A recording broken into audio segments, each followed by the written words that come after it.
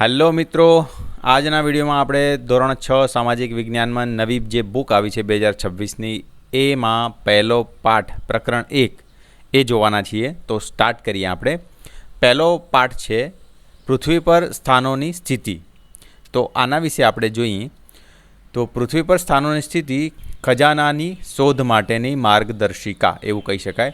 તો અહીંયા આજે આર્યભટ્ટે એક વાત કહેલી છે કે પૃથ્વીનો ગોળો અંતરિક્ષમાં રહેલો છે, જે જળ, ભૂમિ, અગ્નિ અને વાયુથી બનેલો છે અને તે ગોળાકાર છે. તે સમગ્ર ભૂચર અને જળચર જીવોથી ઘેરાયેલો છે. તો આપણને અહીંયા ખબર હોવી જોઈએ કે ભાઈ ભૂચર એટલે જે જમીન ઉપર વસે છે એ બધા પ્રાણીઓની વાત છે, જીવોની વાત છે. હવે જળચર જીવો એટલે કે જે પાણીમાં રહે છે એ જીવોની વાત છે. તો આર્યભટ્ટે લગભગ 500 CEમાં આ વાત કરેલી હતી કે પૃથ્વીનો ગોળો અંતરિક્ષમાં રહેલો છે, જે જળ, ભૂમિ, અગ્નિ અને વાયુથી બનેલો છે અને ગોળાકાર છે. તો આ રીતની વાત એમને કહેલી છે. આગળ વધીએ તો અહીંયા મિત્રો એક નકશો આપ્યો છે બુકમાં, બરાબર છે.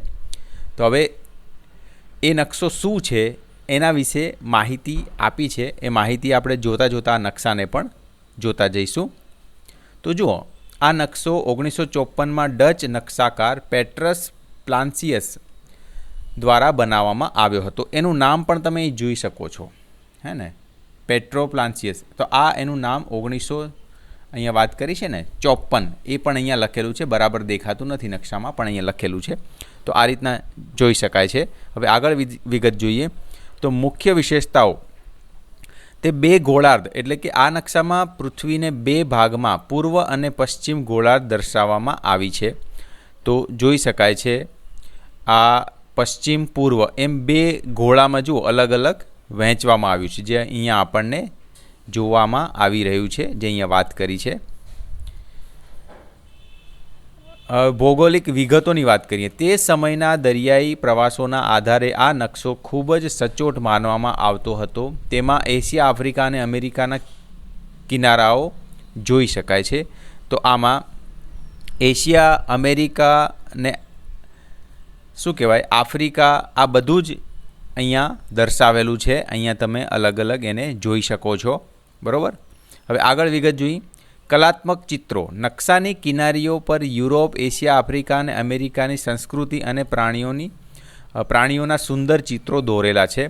તો અહીંયા જુઓ, આપણે જોઈ શકીએ છીએ કે અહીંયા જો આ પ્રાણીઓ, સુંદર ચિત્રો આ રીતના આજુબાજુમાં જોવા મળે છે. તો એની વાત કરી છે કે એશિયા, આફ્રિકા, અમેરિકા, યુરોપ ને સંસ્કૃતિ અને પ્રાણીઓની સુંદર ચિત્રો દોરેલા છે, જે આપણે અહીં જોઈ શકાય છે આ કિનારી પર, અહીંયા આ બધે, બરાબર.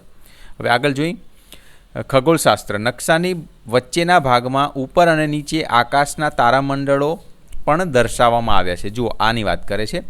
આ જે દેખાય છે ને, આ અને એક આ છે, આ બંને શું બતાવે છે? તારામંડળો બતાવે છે. એટલે આપણે નક્ષત્રો જે કહીએ છીએ ને, એ આ નકશામાં એ વખતે દર્શાવવામાં આવ્યા છે. જુઓ, અહીં જોઈ શકાય છે. તો એની વાત કરી છે. ટૂંકમાં આ નકશો વિજ્ઞાન અને કલાનો અદ્ભુત નમૂનો છે, જે 16મી સદીમાં દુનિયા કેવી દેખાતી હતી તે દર્શાવે છે. ચલો, આ પ્રકરણના મહત્ત્વપૂર્ણ પ્રશ્નો જે અહીંયા ચોપડીમાં આપ્યા છે. નકશો શું છે અને આપણે તેનો ઉપયોગ કેવી રીતે કરીએ છીએ? તેના મુખ્ય ઘટકો કયા છે? નિર્દેશાંકો શું છે? પૃથ્વી પરના કોઈપણ સ્થાનના ચિહ્નિત કરવા માટે અક્ષાંશ અને રેખાંશનો ઉપયોગને કેવી રીતે કરી શકાય એ પ્રશ્ન છે. સ્થાનિક સમય અને પ્રમાણભૂત સમય રેખાંશ સાથે કેવી રીતે સંબંધિત છે એ પણ અહીંયા જોશું. આ બધા પ્રશ્નો બુકમાં આપેલા છે. હવે પહેલાં જે પ્રશ્નનો જવાબ અહીંયા જે છે એ જોઈએ આપણે. નકશો શું છે અને આપણે તેનો ઉપયોગ કેવી રીતે કરીએ છીએ? તેના મુખ્ય ઘટકો કયા છે? તો નકશો શું છે? તો નકશો એ પૃથ્વીની સપાટી અથવા તેના કોઈ ભાગનું કાગળ કે સપાટ વસ્તુ પર દોરેલું ચિત્ર છે. તે આખી દુનિયા કે કોઈ ચોક્કસ વિસ્તારને ઉપરથી જોતાં કેવો દેખાય છે તે સમજાવે છે. મતલબ કે નકશો આપણે શું કહી શકાય કે શું કીધું છે? કાગળ કે સપાટ વસ્તુ પર દોરેલું ચિત્ર. એટલે ઉપરથી તમે જોશો ને નકશાને, તમારું ઘર કેવું દેખાય, અથવા તો તમારો ઘરનો અથવા ગામનો વિસ્તાર કેવો દેખાય, તો કાગળ ઉપર જે વસ્તુ દોરેલી હોય ને એવું ચિત્ર દેખાય. તો એની વાત કરી છે. તે આને નકશો કહેવાય. તે આખી દુનિયા કે કોઈ ચોક્કસ વિસ્તારની ઉપરથી જોતા કેવો દેખાય છે તે સમજાવે છે, જેની આપણે વાત કરી કે તમે ઉપરની સાઈડથી જોતા અહીંયા ઘરની જગ્યા છે, ઘર ઉપર વ્હાઇટ કલર કરેલો તે ઉપર છાપરું તમને વ્હાઇટ દેખાશે. તો આ રીતની ઉપરથી બે ઘર વચ્ચે જગ્યા છે તો ત્યાં કંઈ નહીં દેખાય. તો એ રીતનું જે દેખાય છે એને અહીંયા વાત કરી છે. હવે છે ઉપયોગ.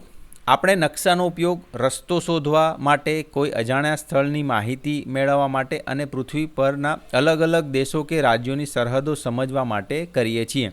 જેમ કે આપણે નકશાનો ઉપયોગ કેમ કરી શકીએ કે અજાણ્યા સ્થળ, તમે ક્યાંય જંગલમાં ગુમ થઈ ગયા કે ક્યાંક સમુદ્રમાં વચ્ચે ફસાઈ ગયા, તો ત્યાં તમે હોકા યંત્રોનો યુઝ કરો છો કે એ રીતના યુઝ કરો છો, એમાં પણ તમને નકશો મદદરૂપ થાય છે કે અત્યારે આપણે અહીંયા છીએ, નોર્થમાં છીએ, તો આ નકશાની મદદથી આપણને ખબર પડે છે કે હવે આપણે આ દિશામાં જવું. જેમ કે જીપીએસ યુઝ થાય છે ને, જીપીએસથી આપણે ટ્રેક, નકશામાં આપણે કઈ જગ્યાએ છીએ એ જીપીએસ બતાવે છે, એના ઉપરથી આપણે નકશાની મદદથી બહાર નીકળી શકીએ છીએ. તો આ એની વાત છે, એનો ઉપયોગ છે.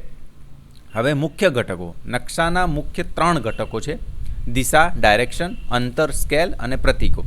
દિશાની વાત કરીએ, ઉત્તર, દક્ષિણ, પૂર્વ અને પશ્ચિમ, આ માટે 4 મુખ્ય દિશાઓ છે. નકશા પરનું અંતર અને જમીન પરનું વાસ્તવિક અંતર માપવા માટે, અને પ્રતીકો નદી, પર્વત, રેલવે લાઇન કે રસ્તા દર્શાવવા માટે વપરાતા ચિહ્નો. તો આ મેન 3 ઘટકો છે, એના વિશે આપણે આગળ ડિટેલમાં જોશું. જેમ કે અહીંયા મેં એક સરસ મજાનું પિક્ચર પણ લીધું છે, જેનાથી વસ્તુ સારી તમને સમજાય કે દિશા, રૂઢ સંજ્ઞાઓ જે સિમ્બોલ કીધી. હવે અંતર અને પ્રમાણ માત્ર, એ પણ આપણે અંતર અને પ્રમાણ માપ એ પણ આપણે આગળ જોઈશું. હવે બીજું છે નિર્દેશાંકો શું છે. તો પૃથ્વી પરના કોઈપણ સ્થાનને ચિહ્નિત કરવા માટે, તો બીજો નંબર છે કે નિર્દેશાંકો શું છે. તો પૃથ્વી પરના કોઈપણ સ્થાનને ચિહ્નિત કરવા માટે અક્ષાંશ અને રેખાંશનો ઉપયોગ કેવી રીતે કરી શકાય એને નિર્દેશાંકો કહે છે. હવે નિર્દેશાંકોનું ડિટેલમાં જોઈ, નિર્દેશાંકો પર્ટિક્યુલર શું કહેવાય, તે અક્ષાંશ અને રેખાંશનો ઉપયોગ કરીને બનેલી એક એવી સંખ્યા અથવા સરનામું છે જે પૃથ્વી પરના કોઈપણ ચોક્કસ સ્થાનનું એક ચોક્કસ સરનામું આપે છે. હમણાં જ હું તમને બતાવું છું મેપ પરથી કે શું થાય. પહેલાં આપણે આ વ્યાખ્યાઓ જોઈ લઈએ. હવે અક્ષાંશ શું છે, તો જેને લેટિટ્યૂડ કહેવાય છે. પૃથ્વી પર આડી દોરેલી કાલ્પનિક રેખાઓ છે જે નક્કી કરે છે કે કોઈ જગ્યાએ વિષુવવૃત્તથી કેટલી ઉત્તર કે દક્ષિણમાં છે. હવે રેખાંશ, તો પૃથ્વી પર ઊભી દોરેલી કાલ્પનિક રેખાઓ છે જે નક્કી કરે છે કે કોઈ જગ્યા મુખ્ય રેખાંશ, આંતરરાષ્ટ્રીય સમય રેખા, પ્રાઇમ મીડિયનથી કેટલી પૂર્વ કે પશ્ચિમમાં છે. બરાબર, પહેલાં આને સમજી લઈએ પછી ઉપયોગની વાત કરીએ. તો અહીંયા જો આ મેં સરસ મજાનું એક પિક્ચર લીધું છે, તો અક્ષાંશ, રેખાંશ અને નિર્દેશાંકો સમજવા માટે. બરાબર, તો એમાં જો આ આડી લાઈનો દેખાય છે ને, આને કહેવાય અક્ષાંશ. જુઓ, લેટિટ્યૂડ, વિષુવવૃત્તથી ઉત્તર કે દક્ષિણ દિશામાં અંતર, આડી રેખાઓ. હવે આ જે છે ને, જો મિડલમાં લાઈન દેખાય છે, આ એને કહેવાય છે વિષુવવૃત્ત. બરાબર, હવે એનાથી આપણે ઉપર, નીચે કે ઉપર કેટલા જઈએ છીએ એને કહેવાય છે અક્ષાંશ, લેટિટ્યૂડ. બરાબર, આડી રેખાઓ જેમ આપણને આ છે, આ છે, આ બધી દેખાય છે. વાસ્તવમાં મિત્રો જુઓ, આપણે પૃથ્વી ઉપર આવી કોઈ આડી ઊભી એવી લાઈનો ના હોય, આપણે સમજવા માટે એક લાઈનનો ઉપયોગ કરીએ છીએ કે આ રીતના લાઈન થી આપણે સમજી શકાય કે આ એક્ઝેક્ટલી ક્યાં આવેલું છે. બરાબર, હવે એવી જ રીતના રેખાંશ, જેને લોંગિટ્યૂડ કહેવાય છે, તો એ ઊભી રેખાઓ છે જે તમને આ દેખાય છે. તો આ મેન રેખા જે છે, બરાબર, એ રેખાથી આપણે આમ પશ્ચિમમાં કે પૂર્વમાં કેટલા બાજુમાં છીએ તો એ બતાવે છે આપણને રેખાંશ. બરાબર, અને આ રેખાથી વિષુવવૃત્તથી ઉપર નીચે એ બતાવે અક્ષાંશ. અને આ બંનેનો સમન્વય થઈને આપણે નિર્દેશાંકો પ્રાપ્ત કરી શકીએ, મતલબ કે કોઓર્ડિનેટ્સ જેને કહેવાય છે. જેમાં અહીંયા જો એક ઉદાહરણ તરીકે લખ્યું છે કે 23.03 નોર્થ ડિગ્રી અને 72.58 ડિગ્રી ઈસ્ટ. તમે ગૂગલ મેપમાં કોઈ લોકેશન, તમારા ઘરનું કે કોઈ બી લોકેશન જુઓ ને મિત્રો, તો એની અંદર જુઓ, ડિટેલમાં જોજો, ત્યાં તમને આવા નિર્દેશાંકો નોર્થ ઈસ્ટ આવા 2 પોઈન્ટ, 2 નંબરો આપેલા હશે, જે તમને તમારા ઘરનું કે કોઈ બી તમે લોકેશન જુઓ છો એ એક્ઝેક્ટ કોર્ડિનેટ બતાવે છે કે આ વિષવવૃત્તથી તો આ વિષવવૃત્તથી કેટલું નોર્થમાં છે કે સાઉથમાં છે, અને આ જે મેન લાઇન છે નોર્થથી સાઉથ પોલ એનાથી એ ઈસ્ટમાં કે વેસ્ટમાં કેટલું છે એ બતાવે છે, જેને કોર્ડિનેટ્સ નિર્દેશાંકો કહે છે. તો આ ત્રણેય વસ્તુ આપણે અક્ષાંશ, રેખાંશ અને નિર્દેશાંકો સમજ્યા. હવે અહીંયા વાત કરીએ એનો ઉપયોગ. જ્યારે આ આડી અને ઊભી રેખાઓ એકબીજાને જ્યાં છેદે છે, ક્રોસ કરે છે, તે બિંદુ તે સ્થળનું ચોક્કસ સ્થાન દર્શાવે છે. જેમ કે જીપીએસ આ પદ્ધતિ પર જ કામ કરે છે. જેમ કે મેં વાત કરી ને કે આ જગ્યાની મેં વાત કરી, તો આ જગ્યા શું છે 23.03 નોર્થ અને 72.58 ઈસ્ટ. તો આ એ બતાવે છે કે કેટલા તમે આ જગ્યાએથી અહીંયા છો હાલ, જેના ઉપર જીપીએસ કામ કરે છે. ગૂગલ મેપમાં તમે જેમ કે ગમે ત્યાં જવા માટે મેપ ઓન કરો છો, લોકેશન નાખીને ડાયરેક્શન કરો છો, ત્યાં તમારી જોડે જોડે એક ટપકું ચાલતું હોય છે. તો એ જે છે ને એને કોર્ડિનેટ્સ કહેવાય કે નિર્દેશાંક કહેવાય, કે જે તમારી જોડે જોડે એ લોકેશન બતાવીને ચાલે છે. તો એને જીપીએસ સિસ્ટમ કહે છે, જે આના ઉપર કામ કરે છે. હવે આગળ વધીએ. કલ્પના કરો કે તમે પ્રથમ વખત કોઈ શહેરની મુલાકાત લઈ રહ્યા છો. તે શહેરમાં તમે જે સ્થળોની મુલાકાત લેવા માંગો છો તે તમે કેવી રીતે શોધી શકશો? તમે મદદ માટે સ્થાનિક વ્યક્તિને પૂછી શકો છો અથવા શહેરનો નકશો જોઈ શકો છો. તમે અગાઉના ધોરણમાં નકશા વિશે કેટલી બાબતો શીખી હતી. હવે આપણે આ પ્રકરણમાં તેનો વિગતવાર અભ્યાસ કરીશું. હવે એના માટે આપણે મતલબ કે અહીં વાત શું કરી છે કે કોઈ શહેરમાં કોઈ સ્થળની મુલાકાત લેવી હશે તો તમે એ વસ્તુ કઈ રીતના શોધશો. તો એના માટે અહીંયા એક રમત આપી છે. ચાલો એક રમત રમીએ. નીચે આપેલા નાના શહેરના નકશાનું અવલોકન કરો. આકૃતિ 1.1 અહીંયા આપી છે, આપણે હમણાં જોઈએ છીએ. કલ્પના કરો કે તમે રેલવે સ્ટેશન પર રેલગાડીમાંથી હમણાં જ ઉતર્યા છો અને નકશા પર ચિહ્નિત બેંકમાં જવા માગો છો. તમે કયા માર્ગથી જશો? શું વાત કરી છે? જો રેલવે સ્ટેશન ઉપર ઉતર્યા રેલગાડીમાંથી અને બેંકમાં જવા માગો છો, તો અહીંયા જુઓ આ રહ્યું રેલવે સ્ટેશન. અહીંથી તમે ઉતર્યા, ચલો અહીંયા ઉતર્યા, બરાબર. હવે અહીંથી તમારે જવાનું છે બેંકમાં. આ રહી બેંક. તો કઈ રીતના જઈ શકાય? જો અહીંયા વાત કરી છે ને, બેંકમાં જવા માગો છો તો બેંકમાં જુઓ રેલવે સ્ટેશનથી તમે એક તો આ રોડ જે છે અહીંથી અહીંયા થઈને આ એક રોડે જઈ શકો. પછી બીજો રોડ કયો છે? એક અહીંથી તમે આ થઈને આ રોડ પરથી પણ જઈ શકો. તો નેક્સ્ટ જોઈએ, તમે કયા માર્ગથી જશો? તો એ તો આપણે જોયું કે આપણે બે અલગ અલગ માર્ગથી જઈ શકીએ. એક તો આ માર્ગ છે, આ રહ્યો બેંકમાં, અને બીજો અહીંયાથી લઈને આ રીતના બીજો. આ બે માર્ગથી જઈ શકાય છે. હવે શું આગળ કીધું છે? શું અન્ય કોઈ સંભવિત માર્ગો છે? તો એ તો આપણે વાત કરીને કે અહીંયા એક આ માર્ગ છે અને એક અહીંયાથી આ માર્ગ છે. હવે જુઓ મિત્રો, અહીંયા તમને થાય કે અહીંયા માર્ગ છે ને આ વચ્ચે તો હોસ્પિટલ બચાવી, અહીંથી અહીં કેમ જવાય? મિત્રો આ તો ખાલી બતાવવાની વાત છે કે હોસ્પિટલ એક્ઝેક્ટ રોડની વચ્ચોવચ્ચ થોડી હોય. જેમ કે અહીંયા નગર પંચાયત બતાવી છે તો એ પણ એક્ઝેક્ટ રોડની વચ્ચોવચ્ચ નહીં હોય ને, એ થોડી રોડની સાઈડમાં હશે. પણ અહીંયા બતાવ્યું છે મેપમાં એ વચ્ચે બતાવ્યું છે. એમ તો તમે કોઈ લોકેશન જોતા હશો મેપમાં તો એ પણ ક્યારેક રોડની વચ્ચે બતાવતું હશે, પણ વાસ્તવમાં ના હોય. એ ખાલી બતાવવાની એક રીત છે. એટલા માટે જો એક તો આ રોડથી જઈ શકાય બેંકમાં અને એક આ રોડથી જઈ શકાય. તો બે અલગ અલગ રોડ આપણને અહીંયા દેખાય છે. ને એક રોડ અહીંયા પણ કહી શકાય કે અહીંથી અહીંયા પણ આમ થઈને પણ જઈ શકાય. તો આટલા માર્ગો આપણને દેખાય છે. શું તમે આ જ નકશામાં જાહેર ઉદ્યાન, શાળા અને સંગ્રહાલય પણ જોઈ શકો છો? જાહેર ઉદ્યાન, શાળા અને સંગ્રહાલય, ચલો જોઈએ. તો આ રહ્યું જુઓ જાહેર ઉદ્યાન એટલે કે જે બગીચો કહેવાય. હવે સંગ્રહાલય, આ રહ્યું સંગ્રહાલય. અને બીજી વાત કરી છે શાળા, આ રહી શાળા. તો શાળા, સંગ્રહાલય અને જાહેર ઉદ્યાન આ ત્રણેય વસ્તુ આપણે જોઈ શકીએ છીએ. હવે આગળ શું છે? જો તમારે બેંકથી બજારમાં જવું હોય તો તમે કયો માર્ગ પસંદ કરશો? બેંકથી બજાર મિત્રો, તો આ રહી બેંક, ત્યાંથી બજારમાં જવું હોય આ રહ્યું બજાર માર્કેટ. તો અહીંથી આપણે આ રસ્તો પસંદ કરીશું, અહીંથી આ. હવે આખી બજાર છે જેમાં તમે અહીંયા ખરીદવું છે ફ્રૂટ શાકભાજી તો અહીંથી, બીજું ખરીદવું તો અહીંથી. આ ત્રણ રસ્તા આપેલા છે. તો બેંકથી બજાર આ રસ્તાથી જવાશે.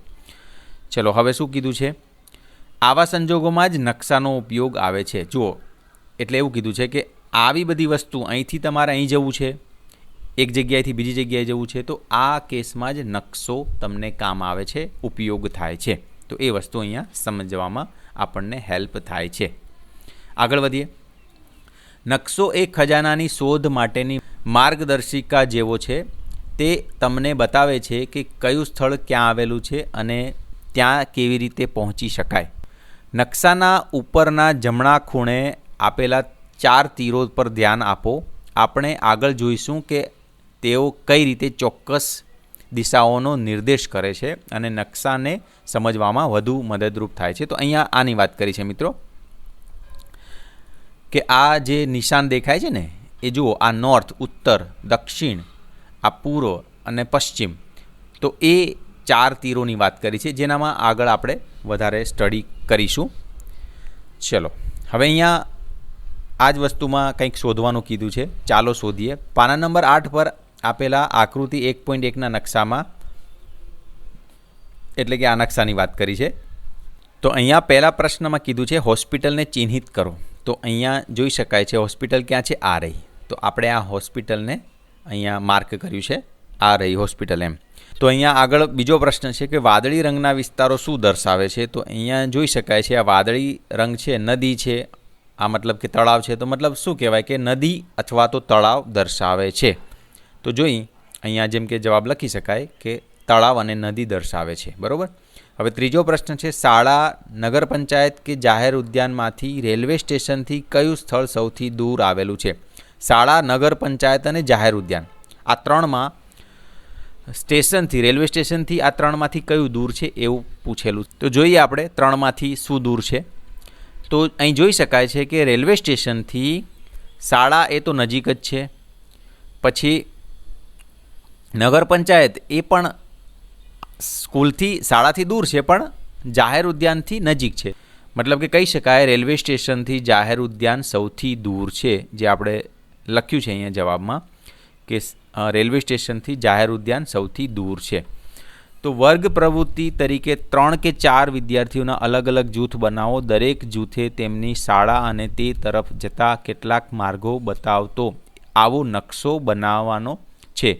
છેલ્લે બધા નકશાઓની સરખામણી કરો અને તેની ચર્ચા કરો. તો વિદ્યાર્થી મિત્રો, આ એક્ટિવિટી તમારે જાતે કરવાની છે. અલગ અલગ જૂથ બનાવીને નકશા દોરવાના છે, એમાં માર્ગો બતાવવાના છે. સ્કૂલથી આ રીતના શાળા, સ્કૂલથી તમારું ઘર કેટલું દૂર છે, પંચાયત કેટલી દૂર છે. તો આ બધી વસ્તુ તમે દર્શાવી શકો. નકશો અને તેના ઘટકો. આપણે આ સરળ ઉદાહરણથી સમજી શકીએ છીએ કે નકશો એ કોઈપણ વિસ્તારનું પ્રતિકાત્મક નિરૂપણ અથવા ચિત્ર છે. ભલે તે એક નાનો વિસ્તાર, ગામ અથવા નગર, એક મોટો વિસ્તાર, માની લો કે તમારો જિલ્લો અથવા રાજ્ય, અથવા ભારત જેવો મોટો દેશ હોય કે તે સમગ્ર વિશ્વ પણ હોઈ શકે છે. નકશામાં તમે સપાટીને ઉપરથી જોઈ રહ્યા હોય તેમ દેખાય છે. તો અહીંયા વાત કરી છે કે ભાઈ નકશો એટલે પ્રતિકાત્મક નિરૂપણ, જે એક નાનો વિસ્તાર હોય, તમારું ગામ કે નગર, કે આખો જિલ્લો કે રાજ્યની વાત હોય, કે આખો ભારત દેશની વાત હોય, કે આખા વિશ્વની વાત હોય, તો નકશામાં તમે સપાટીને ઉપરથી જોઈ રહ્યા હોય તેમ દેખાય છે. એને તો નકશો કહેવાય છે. હવે અહીંયા આપણે નકશો અને નકશાપોથી એટલે શું એના વિશે જોઈશું. તો નકશાપોથી એટલાસ જેને કહેવાય છે. હવે નકશાઓનું એક પુસ્તક કે સંગ્રહ છે. તમે આગળ જઈને જોશો કે નકશા ઘણા પ્રકારના હોય છે. આગળ આપણે જોશું એ તો. પણ મતલબ કે નકશાપોથી કોને કહેવાય કે ઘણા બધા નકશા જે એક ચોપડીમાં હોય, એવી ચોપડી બનાવેલી હોય, બુક બનાવેલી હોય, એને નકશાપોથી અને ઇંગ્લિશમાં આપણે એટલાસ કહીએ છીએ. હવે નકશો એટલે શું? તો કોઈપણ વિસ્તારનું પ્રતિકાત્મક નિરૂપણ અથવા ચિત્ર. તે એક નાનો વિસ્તાર, મોટો વિસ્તાર, જેમ હમણાં આપણે વાત કરી કે આખું વિશ્વ હોઈ શકે, આને નકશો કહેવાય છે. અને જુઓ આ નકશાપોથી એટલાસ, એનું પણ અહીંયા ચિત્ર આપ્યું છે. અને આ વસ્તુ નકશો શું છે એની પણ અહીંયા થોડી ચિત્રથી માહિતી આપી છે. તો અહીંયા ઘણા બધા નકશા એક ચોપડીમાં મિક્સ થાય, પુસ્તક બને, એને કહેવાય નકશાપોથી. હવે આગળ નકશાના પ્રકારો. તો ભૌતિક નકશા, રાજકીય નકશા અને વિષય આધારિત નકશા, આ 3 પ્રકારો હોય. તો અત્યારે આપણે થોડું જોઈશું, આગળ ડિટેલમાં જોઈએ છે કે ભૌતિક નકશા શું દર્શાવે, તો મુખ્યત્વે કુદરતી બાબતો બતાવે. રાજકીય નકશા શું બતાવે, માનવ સર્જિત સીમાઓ બતાવે, જેમ કે દેશો, રાજ્ય, શહેરો અને તેમની સરહદો દર્શાવતો નકશો. અને જેમ કે ભૌતિકમાં જોયું પર્વતો, મહાસાગરો અને નદીઓ દર્શાવતા નકશા. એવી જ રીતના વિષય આધારિત નકશા કેવા હોય, એમાં શું હોય, તો શું દર્શાવે છે, કોઈ ચોક્કસ પ્રકારની માહિતી દર્શાવે છે. અને ઉદાહરણ વરસાદનું વિતરણ, જંગલો, ઔદ્યોગિક વિસ્તારો દર્શાવતા નકશા, આ બધા એમાં આવે. હવે એના વિશે ડિટેલમાં આપણે જોઈએ તો ભૌતિક નકશા ફિઝિકલ મેપ જે મુખ્યત્વે કુદરતી બાબતો જેવી કે પર્વતો, મહાસાગરો, નદીઓને દર્શાવે છે. ઉદાહરણ તરીકે પાઠ્યપુસ્તકમાં આકૃતિ 5.2, તો આપણે એનું અહીંયા ચિત્ર આકૃતિ 5.2નું લઈ લીધું છે. ભારતીય ઉપખંડોનો ભૌતિક નકશો, જેમાં તેની કેટલીક નદીઓ છે. તો અહીંયા નદીઓ બતાવી છે. પછી જુઓ મિત્રો, હિમાલય બતાવ્યું છે, હિન્દુ કુશ એનો વિસ્તાર બતાવ્યો છે. તો આ બધી માહિતી જે તમને જોવા મળે છે જેવા નકશામાં, એને ભૌતિક નકશા કહેવાય છે, જેમાં કુદરતી બાબતો, પર્વતો, મહાસાગર, નદીઓ આના વિશેની માહિતી હોય જે અહીંયા જોઈ શકાય છે. આગળ રાજકીય નકશા, પોલિટિકલ મેપ્સ જેને કહેવાય, દેશો અથવા રાજ્યો, સરહદો, શહેરો વગેરે દર્શાવે છે. ઉદાહરણ તરીકે બધા રાજ્યો, કેન્દ્ર શાસિત પ્રદેશો અને તેમનું પાટનગર દર્શાવતો ભારતનો એક નકશો જે અહીંયા આપણે આપ્યો છે, ઇન્ડિયન પોલિટિકલ મેપ, રાજકીય નકશો જેને કહેવાય. તો રાજકીય નકશામાં મુખ્યત્વે મિત્રો શું હોય, તો એમાં જ્યાંથી રાજ્ય અલગ પડતું હોય એની સીમા હોય, દેશ અલગ પડતો હોય, જેમ કે અહીંયા દેશ અલગ પડે છે ભારત, આ ઉપર નેપાળ અને ઉપર ચીન, આ બાજુ પાકિસ્તાન. તો એ સરહદો બતાવેલી હોય, વિસ્તારો બતાવેલા હોય, એને કહેવામાં આવે છે રાજકીય નકશા. જેમ કે અહીંયા કર્ણાટક, આંધ્રપ્રદેશ, ગુજરાત, મધ્યપ્રદેશ, જયપુર, રાજસ્થાન, આ બધા અલગ અલગ વિસ્તારો બતાવે છે ને, તો આ પોલિટિકલ મેપમાં હોય, એટલે કે રાજકીય નકશામાં હોય. હવે વિષય આધારિત નકશા જે ચોક્કસ પ્રકારની માહિતી પ્રદાન કરે છે. ઉદાહરણ તરીકે પાઠ્યપુસ્તકમાં આકૃતિ 6.3 અને 8.1.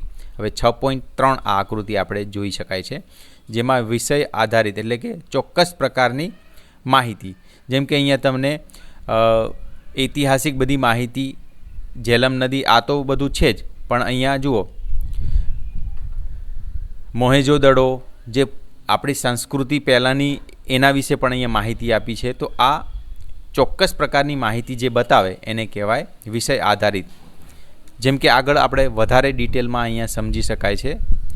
જેમ કે અહીંયા આ નકશામાં જુઓ શું તમને જોવા મળે છે, ભારતના જુદા જુદા પ્રદેશોમાંથી અનાજ અને કઠોળના કેટલાક ઉદાહરણ. તો કયું કઠોળ અથવા અનાજ ક્યાં પાકે છે એની માહિતી આપી છે. જેમ કે ગુજરાતમાં ચણા, એ માહિતી છે, તો રાજસ્થાનમાં મગદાળ. તો આવી રીતની કોઈ ચોક્કસ પ્રકારની માહિતી છે, તો એને કહેવાય છે વિષય આધારિત નકશા. તો નકશાના 3 મુખ્ય ઘટકો છે, અંતર, પ્રમાણમાપ, દિશા અને રૂઢ સંજ્ઞાઓ. તો અહીંયા જેમ કે બુકમાં આપ્યું છે કે કોઈ પણ નકશામાં 3 મુખ્ય ઘટકો હોય છે, અંતર, દિશા અને રૂઢ સંજ્ઞાઓ. તમે આકૃતિ 1.1 જોઈને પહેલાં 2 વિશે અગાઉ શીખ્યા છો. ચાલો હવે આપણે વધુ ચોક્કસ રીતે વ્યાખ્યાયિત કરીએ. તો હવે એને ડિટેલમાં આપણે જોઈશું. શું તમને ક્યારે આશ્ચર્ય થયું છે કે એક વિશાળ વિસ્તારના કાગળના નાના ટુકડા પર કેવી રીતે રજૂ કરી શકાય? મતલબ કે એક વિશાળ વિસ્તાર છે એને કાગળના નાના ટુકડા ઉપર કઈ રીતના રજૂઆત કરી શકાય, તે નકશાના પ્રમાણમાપ સ્કેલની મદદથી કરવામાં આવે છે. ચાલો આપણે એક નાના શહેરના નકશા તરફ પાછા ફરીએ. અહીંયા પ્રમાણમાપ શું છે એ મિત્રો હમણાં જ હું તમને એક ઉદાહરણમાં ચિત્રથી સમજાવું છું. અહીંયા જે વાત છે એ પહેલાં આપણે જોઈ લઈએ. આપણે એક નાના શહેરના નકશા તરફ પાછા ફરીએ. ચિત્ર 1.1. જેમ કે અહીં છપાયેલા નકશો જુઓ, તેની પ્રત્યેક સેન્ટીમીટર સપાટી પર એક ચોક્કસ અંતરનું પ્રતિનિધિત્વ કરે છે. ધારો કે તે 500 મીટર છે, તો આપણે કહીશું કે તેનું પ્રમાણમાપ 1 સેન્ટીમીટર બરાબર 500 મીટર છે. તો અહીંયા આની વાત કરી છે કે નકશામાં તમે ફૂટપટ્ટીથી માપો એ 1 સેમી હોય, જે નકશામાં વાસ્તવમાં એ લોકેશન જ્યાં ખરેખર વસ્તુ છે ત્યાં તમે જઈને માપો તો એ કેટલું હોય, 500 મીટર હોય. તો 1 સેમી બરાબર 500 મીટર. તો આને કહેવાય છે પ્રમાણમાપ. ચિત્ર 1.1માં આપણે સમજીએ. જુઓ કે આ ચિત્ર છે 1.1. એની અંદર એમ કીધું 1 સેમી બરાબર 500 મીટર. તો મતલબ કે સમજો કે અહીંયા ફૂટપટ્ટીથી માપતા આ જગ્યાએથી અહીંયા 1 સેમી થાય છે. તો 1 સેમી મતલબ કે આ વાસ્તવિક જમીન ઉપર કેટલું હશે? 500 મીટર હશે, એવું કહેવા માગે છે. તો મતલબ કે આ જગ્યાએથી આ જગ્યાએ તમને ફૂટપટ્ટીથી માપો છો તો 6 સેમી બતાવે છે. રેલવે સ્ટેશનથી હોસ્પિટલ 6 સેમી બતાવે છે. તો 6 સેમી જેમ કે અહીંયા 500 મીટર 1 સેમી બરાબર લેવાનું છે, તો 6 પંચાને 30 એટલે 3000 મીટર થશે, મતલબ કે 3 કિલોમીટર થશે. તો રેલવે સ્ટેશનથી હોસ્પિટલ 3 કિલોમીટર દૂર હશે, એમ આપણે કહી શકાય. તો આ એક્ઝામ્પલથી આપણે સમજી શકીએ છીએ કે પ્રમાણમાપ કઈ રીતના લેવામાં આવે છે. તો આગળ જોઈએ પાછું. હવે આ પાઠ્યપુસ્તકના પ્રકરણ 5ના ચિત્ર 5.2માં ભારતનો નકશો જુઓ. આ પ્રમાણમાપને નીચે ડાબી બાજુના ખૂણામાં એક માપપટ્ટી દ્વારા દર્શાવેલ છે, જેની લંબાઈની ઉપર 500 અને કિનારા પર કિલોમીટર લખેલ છે. જેનો સીધો અર્થ એ છે કે જે માપપટ્ટી મુદ્રિત નકશામાં 2.5 સેમીનું માપ લે છે તે સપાટી પરના 500 કિલોમીટરને દર્શાવે છે. જેથી નકશા પર ચિહ્નિત થયેલ કોઈપણ બે બિંદુ વચ્ચેનું વાસ્તવિક અંતર નકશા દ્વારા ઉપયોગમાં લેવાતા પ્રમાણમાપ પર આધારિત હોય છે. તો આ કોની વાત કરે છે આપણે જોઈએ. તો અહીંયા કીધું છે કે જેની લંબાઈની ઉપર 500 અને કિનારા પર કિલોમીટર લખેલું છે. જો આ 500 કિલોમીટર અને મુદ્રિત નકશામાં 2.5 સેમીનું માપ લે છે. તો 2.5 સેમી બરાબર 500 કિલોમીટર. મતલબ કે સમજો કે અહીંયાથી અહીંયા 2.5 આ કાવેરી નદી લખ્યું છે અને કૃષ્ણા નદી લખ્યું છે, ત્યાં સુધી સપોઝ કે 2.5 સેમીનું માપ છે. તો એ ફૂટપટ્ટીનું 2.5 સેમી વાસ્તવમાં જમીન ઉપર કેટલું હશે? 500 કિલોમીટર હશે. તો આ વાત છે કે પ્રમાણમાપ આ રીતના દર્શાવવામાં આવે છે, અને આ પ્રમાણમાપના કારણે જ તમે નકશામાં ચોક્કસ એક અંતર બતાવી શકો છો. બાકી બધી જ વિગતો નકશામાં દર્શાવવી બહુ જ મુશ્કેલ થઈ જાય. તો આ એક પ્રમાણમાપ એક વસ્તુ છે જેનાથી તમે ઇઝીલી બતાવી શકો છો. હવે ચાલો શોધીએ. શાળાના રમતના મેદાનનો કોઈ પણ એક સાદો નકશો બનાવો. ધારો કે તે 40 મીટર લાંબો અને 30 મીટર પહોળો લંબચોરસ વિસ્તાર છે. તેને માપપટ્ટીની મદદથી 1 સેમી 10 મીટર પ્રમાણમાપ મુજબ ચોકસાઈ સાથે દોરો. હવે આ લંબચોરસ વિસ્તારના કર્ણનો માપો. કર્ણને માપો. તમારા દ્વારા લીધેલું માપ કેટલા સેન્ટીમીટર છે? સ્કેલની મદદથી રમતના મેદાનની કર્ણની વાસ્તવિક લંબાઈના મીટરમાં ગણતરી કરો. તો શું કીધું છે? શાળાના રમતના મેદાનનો કોઈ પણ એક સાદો નકશો બનાવો. ધારો કે તે 40 મીટર લાંબો અને 30 મીટર પહોળો વિસ્તાર છે, અને અહીંયા પ્રમાણમાપ 1 સેમી બરાબર 10 લેવાનું છે. જુઓ, તો આ રીતના વાત છે કે આવો એક આપણે ચોરસ નકશો દોરવાનો છે, જે લંબાઈ હોય 40 મીટર અને પહોળાઈ હોય 30 મીટર. હવે અહીંયા આપણે પ્રમાણમાપ જો આપ્યું છે 1 સેમી બરાબર 10 મીટર, તો આ 40 મીટર એટલે 4 સેમી થશે, અને આ 30 સેન્ટીમીટર પહોળાઈ એ 3 સેમી થશે. બરાબર, દોરી દીધો. હવે શું કીધું હતું? હવે આ લંબચોરસ વિસ્તારના કર્ણને માપો. કર્ણ હવે કોને કહેવાય મિત્રો? જુઓ, તો આ લંબચોરસમાં આ જે આ ભાગ દેખાય છે ને અહીંથી આ 300, એને કર્ણ કહેવાય છે. બરાબર મિત્રો, તો આ યાદ રાખવાનું. આ જે ક્રોસમાં જે બે બિંદુને જોડે ને એને કર્ણ કહેવાય. આ હવે એ કઈ રીતના માપવામાં આવે છે? જે તમે ફૂટપટ્ટીથી માપશો તો 5 સેમી મપાશે. અહીંયા કીધું ને ફૂટપટ્ટીથી તમે માપો, તો આ કેટલું હશે? 5 સેમી. હવે જમીન ઉપર કેટલું હશે? આપણે ફૂટપટ્ટીથી માપતા 5 સેમી મળ્યું, પણ વાસ્તવિક જમીનમાં કેટલું હશે? જમીન પર કેટલું હશે?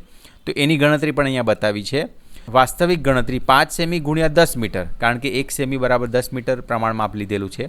તો 5 ગુણ્યા 10 એટલે 50 મીટર થશે. એટલે આ કર્ણ અહીંયાથી લઈને અહીંયા કેટલી લંબાઈ થશે? 50 મીટર. એટલે કે મેદાનના કર્ણની વાસ્તવિક લંબાઈ 50 મીટર છે. ચાલો શોધીએ. એનો સંપૂર્ણ જવાબ અહીંયા આપ્યો છે. હવે આગળ વધીએ. ચાલો આપણે એક નાના શહેરના નકશા આકૃતિ 1.1ની ઉપર જમણી બાજુએ આવેલા 4 તીરો પર પાછા ફરીએ. આની વાત કરી છે. આ 4 તીરોના એને ડિટેલમાં જોઈએ. હવે આ 4 દિશાઓ ડાયરેક્શન્સ સૂચવે છે. ટોચ પર ઉત્તર અને ઘડિયાળના કાંટાની દિશામાં ફરતે પૂર્વ, દક્ષિણ તથા પશ્ચિમ, તેને 4 મુખ્ય દિશાઓ અથવા મુખ્ય બિંદુઓ પણ કહેવામાં આવે છે. જેમ કે અહીંયા આ જે છે ને નોર્થ એટલે ઉત્તર, આ પૂર્વ, દક્ષિણ અને પશ્ચિમ આ રીતની વાત કરી છે. આ ઉપરાંત મધ્યવર્તી દિશાઓ ઉત્તર પૂર્વ એની, દક્ષિણ પૂર્વ એટલે સાઉથ ઇસ્ટ, દક્ષિણ પશ્ચિમ સાઉથ વેસ્ટ અને ઉત્તર પશ્ચિમ નોર્થ વેસ્ટનો પણ ઉપયોગ કરાય. મોટાભાગના નકશાઓમાં એન અક્ષરથી ચિહ્નિત તીર હોય છે જે ઉત્તર દિશાનો નિર્દેશ કરે છે. તો અહીંયા જુઓ, આગળ આપણે જોઈએ. હવે આગળ આપણે જોઈએ એની માહિતી સંપૂર્ણ. આ તો જોયું આપણે નોર્થ, પછી ઈસ્ટ, સાઉથ અને વેસ્ટ.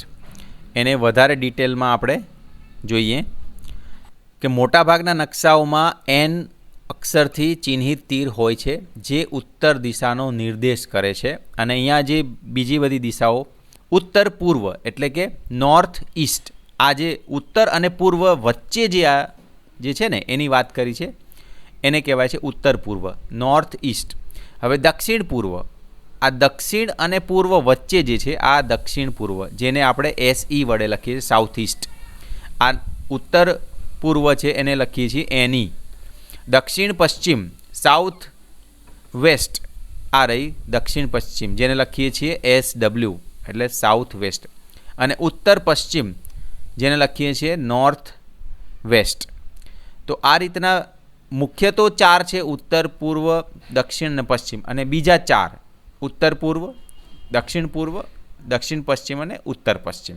તો આ રીતના મળે છે. અને અહીંયા બીજી વાત કરી છે, મોટાભાગના નકશાઓમાં એન અક્ષરથી ચિહ્નિત તીર હોય છે જે ઉત્તર દિશાનો નિર્દેશ કરે છે.